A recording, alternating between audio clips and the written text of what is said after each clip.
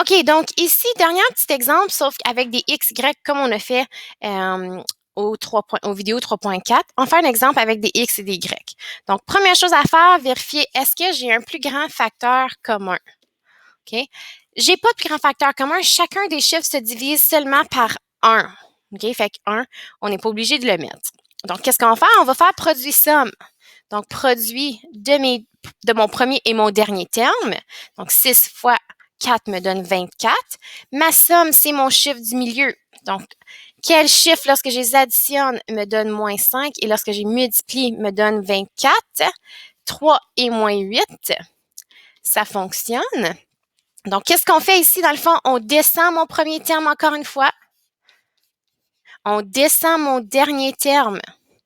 Et les deux chiffres qu'on vient de trouver, on les met dans mon expression. Donc, plus 3 et moins 8. La seule chose qui est différente, vu que c'est le terme du milieu qu'on décompose et il y a un XY, je vais ajouter XY à chacun de mes termes que je viens d'ajouter. Je continue avec la méthode de regroupement. J'ajoute un positif. Quel est mon facteur commun pour ma première parenthèse? La seule chose qu'ils ont en commun ici, c'est un X. OK? Donc, je vais diviser par X. Il me reste 4x plus 3y. De l'autre côté, je vais mettre un négatif en évidence parce que je ne veux jamais avoir le premier négatif.